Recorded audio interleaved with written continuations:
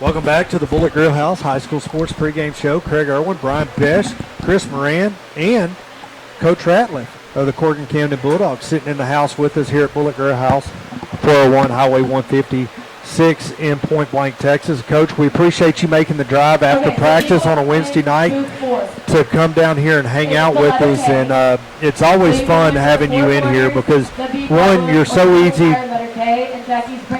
to BS with. I mean, really and truly. I'm pretty good at that, people say. I'm telling you, the problems in this world that we could solve probably around a campfire and a cold drink would be endless, I feel like. Hey, that's where the best that's where most problems are actually solved, is what I believe. You're 100% correct. We're going to talk about your district right now, District 2, Division 1 over there. I don't want to say that this is a weak district. You got an upcoming game this week against Hempstead. You're able to watch some good film. I compare the Bulldogs and the Pirates of Shepherd, very comparable athleticism-wise, football teams, and you don't just put a W by there because you still got to put the X's and O's on the field and play the game. But on the road this week at Hempstead, long bus ride for y'all. And then you're going to be coming into district play. Your district schedules: Normandy, Jewett, West Hardin, Groveton, and Centerville. Groveton's not the football team they've been in the past. It's really a blessing for y'all dropping down to that 2A level. But it is going to be a big game because it's a huge rivalry and it's coming back. No, it is. But my point to it is dropping down, you got the Purple Eagles off your back. That is true, But you traded an eagle for a tiger. We did. We lost a good football team that we were playing in Newton. I mean, and obviously Hemp Hill. I mean, that district right there is a great football district, and I love being in the district because they were so competitive. I mean, we were so competitive with each other, and we fought so hard. But, it's always fun going into a new district. I don't know a lot about a lot of these other schools other than the videos I'm going to get. I do know there was a lot of changeover coaching-wise between a lot of these programs, so they're trying to build and they're trying to grow, and I know firsthand how that goes, and I know those coaches are doing the best job they can to get that going. You talk about Hempstead. I'll tell you what I've told our kids, and I've told our kids that this is one of those trap games for us, right? Yep. You have such a big emotional win, and then you come out and you play and you underperform, and you still have that little hangover from playing such a good game the week before. It could put you in a bind. So we're going to come out, and we're going to be laser focused, and we're going to try to execute as best that we can. And then when we're going to have a week to kind of recuperate and rest, and then we're going to get into district play. And then, like I said, we're just going to kind of take it one game at a time. I am thoroughly excited about the opportunity to start the Battle of 287 again. Yep. I do think that is one of the best rivalries in the entire state of Texas. I believe that, and I played in it, and I know how much the communities, the town of Corrigan and Groveton just get fired up about that stuff. That's got to be like almost a guaranteed sellout. Oh, man, I am so excited about it. And getting an opportunity to play them in district ball, that means even more. So that adds to the level of the game. And it takes me back to the mid-2000s, the Cleveland Cold Spring rivalry. Those games were sellout games year in and year out, standing room only. And I can remember going to both stadiums, and they're lined all the way around the track watching this football game. And it's a good thing I'm in the press box doing the game so I can see, because if you got there late and had to get on the first two rows of the stands, you weren't going to be able to see much of anything. And that's that prideful and that community spirit that builds that comes together and really helps build that program. And you go in there and you win and you battle and make out a close game. It turns out being a close game, it really elevates everything and builds the program. And y'all are doing a great job over there at Corrigan. And I said it, I don't look for Cold Spring to make the playoffs this year. And with Cold Spring not going to make the playoffs this year unofficially, I'm looking forward to being able to travel with Corrigan and pick up some playoff games there and be able to extend my season as a broadcaster. So looking forward to it. The big game, and I know you're not looking to the first weekend in November at all right now. You're looking at Hempstead, but Centerville creeps into the top 10 in the Dave Campbell standings. And I mean, 12. it's got to be something that's for y'all as coaches that 064. you're thinking about as you prepare to get into district play. Oh man, it's one of those. 64. Coach Hardy and those Centerville Tigers, man, they're good, and he's such a good coach. They're so well coached, man. They're so well coached. They're so disciplined. 3. They're a good program. They're a great program, and I believe that Corrigan Camden is a great historical too. program, and we're trying to build it. Continue to build it to make it great as it has been, and even greater than it was. So I'm excited about that potential game. But once again, yeah, I'm looking at Hempstead Bobcats right now. Yeah. Now, and I know you are, but it's something. We don't know when we're going to be able to get you back in here. Of course, I know if we ask the question, hey, you want to come back every week, you're going to say, heck yeah, I'll be here, But it's a question I got to ask, because you never know what's going to come to fruition. I know last year we had Coach Stanley in here a couple times, but he's dealing with some family stuff going on right now. And I thank God that he's got a little bit of closure means now. the only way I know left it's to win is the unofficial. whole entire I haven't heard an game. official word, but his dad had come up missing and had went hiking up at Mount Charleston. 072. They're out of Las Vegas, and his dad never came back, and search and rescue effort 072. turned into a recovery effort, and they did find somebody this last weekend and waiting on positive identification and stuff, and I haven't heard an official word and haven't talked to Coach Stanley because 067. I know where he's at. I lost my dad several years ago, and it's a tough 67. situation, especially whenever you have a bond with your dad like Coach Stanley had with his in the coaching world. And I've read some stories about people reaching out to Coach Stanley and his brother about what an impact that their dad had on them through life and through coaching, and it means a lot. And my dad and I worked in the same field as well. And there's a lot of people that my dad positively influenced, and they came back to me. So I understand the emotional side that Coach Stanley is on. And as much as it's hard for me to say Cold Spring's going to finish 4-6, I know his emotional standpoint, and he's wanting to build that team can build off of that emotional standpoint. And there's other dynamics going on with the Cold Spring Trojans that you kind of look at and want to see the positive, but I got to speak reality on my side, even though I am a Cold Spring faithful. People don't pay me the big bucks to show favoritism. Let's jump into the pick'ems, guys. All right. First game. G46. Humble at CE King, Brian. Ooh. This is an easy one for me. Yeah, I'm going to go CE King. There's probably a lot of folks back in Humble that would hate me for it, but I'm going to go CE King. I'm going CE King as well on this game, and for the sole purpose of I love Coach Schultz as G15.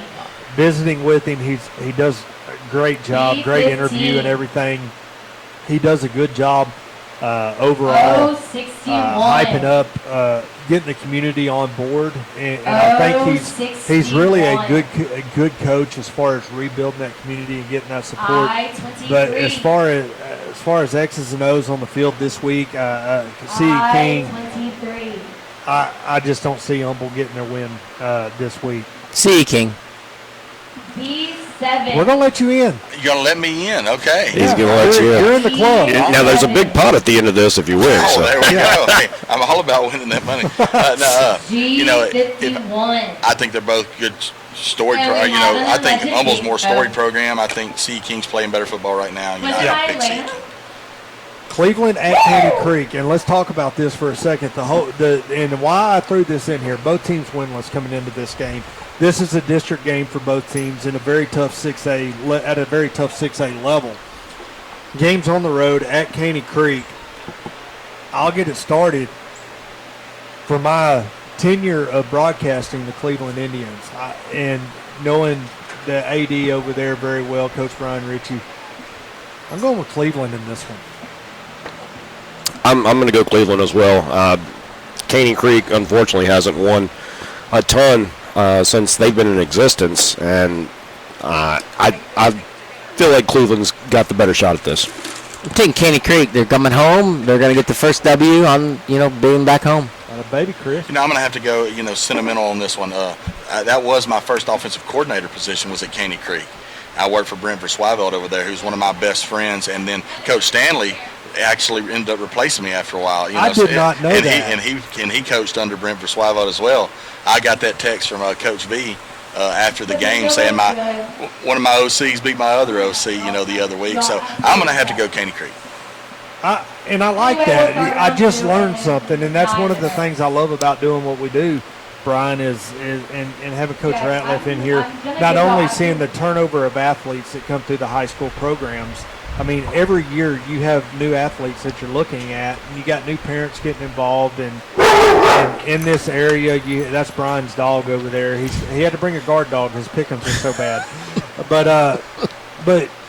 But really, I mean, that's what I love about high school sports is the turnover of athletes, and then seeing the amount of athletes that go on and play at the next level. And then, you get the opportunity like this Cleveland game, getting to see Kevin Strong going on and playing at the next level in the NFL. Jonathan Marshall up there in New York playing for the Bills.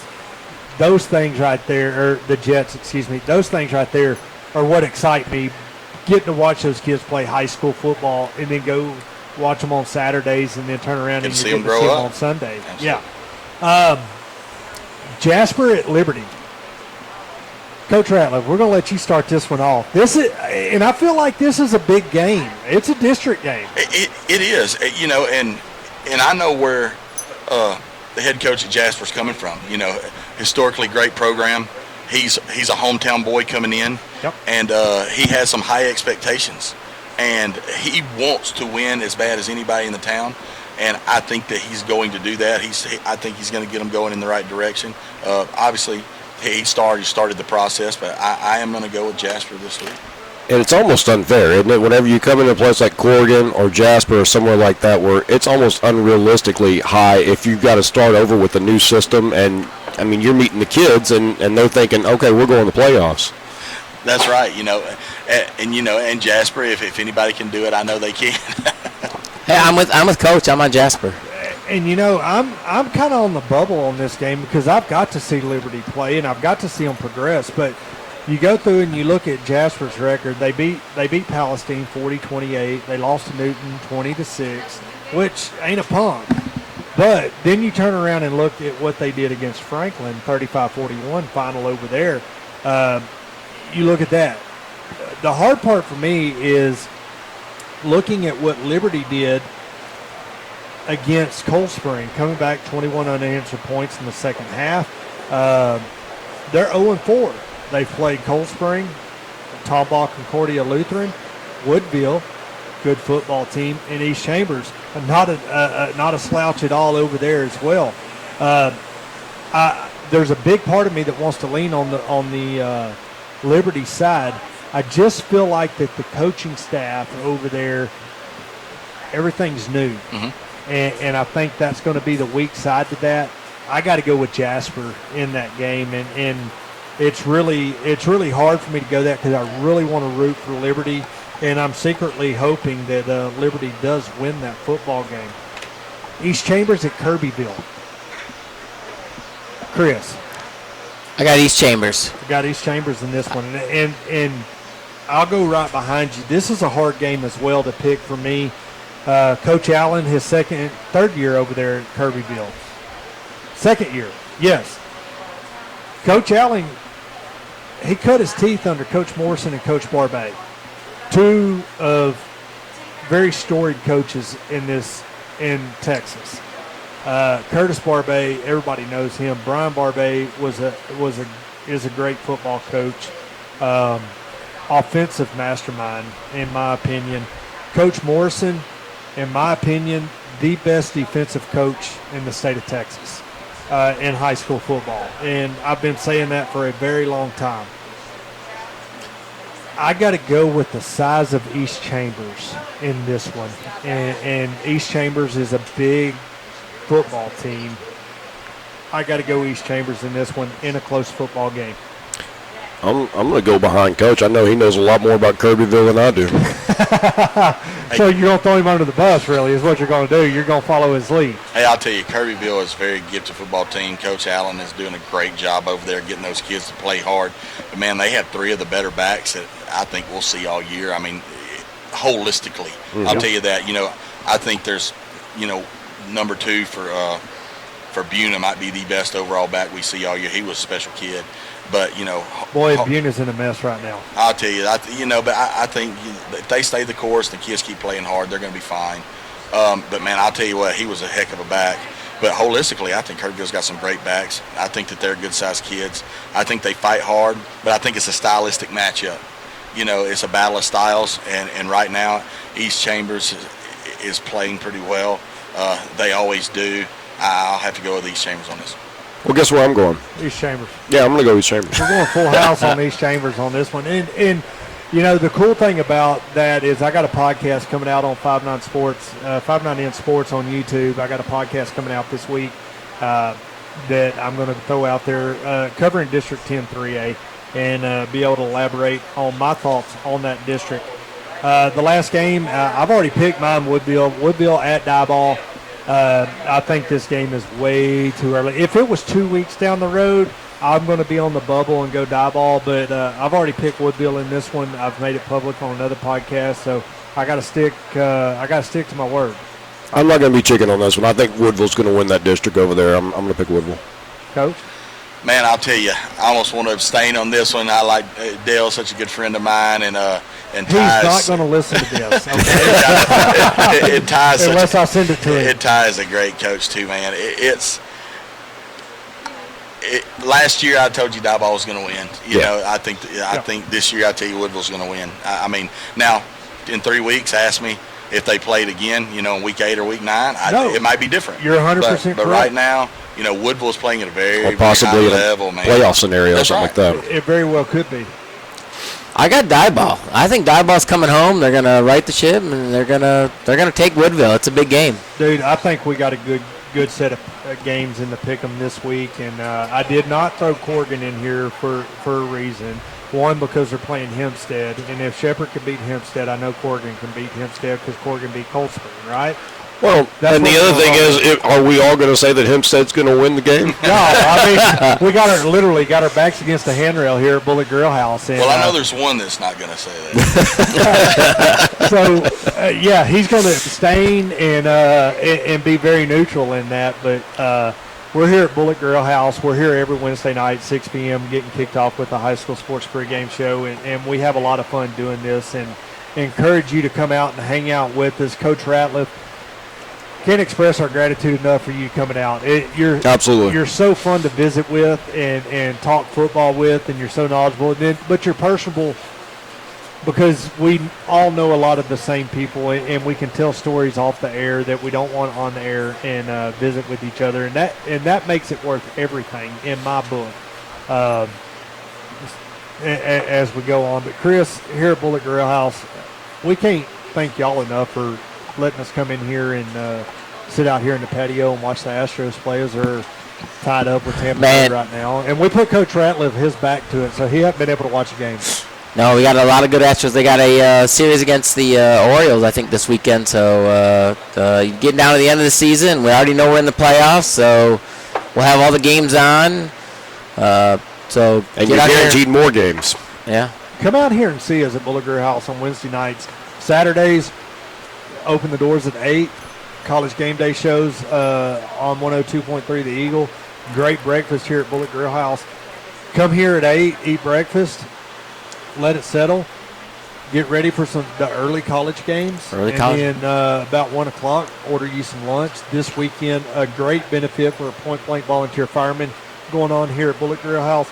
Come out here, silent auction and live auction after 2. There's a lot going on in the county this weekend, but get out here.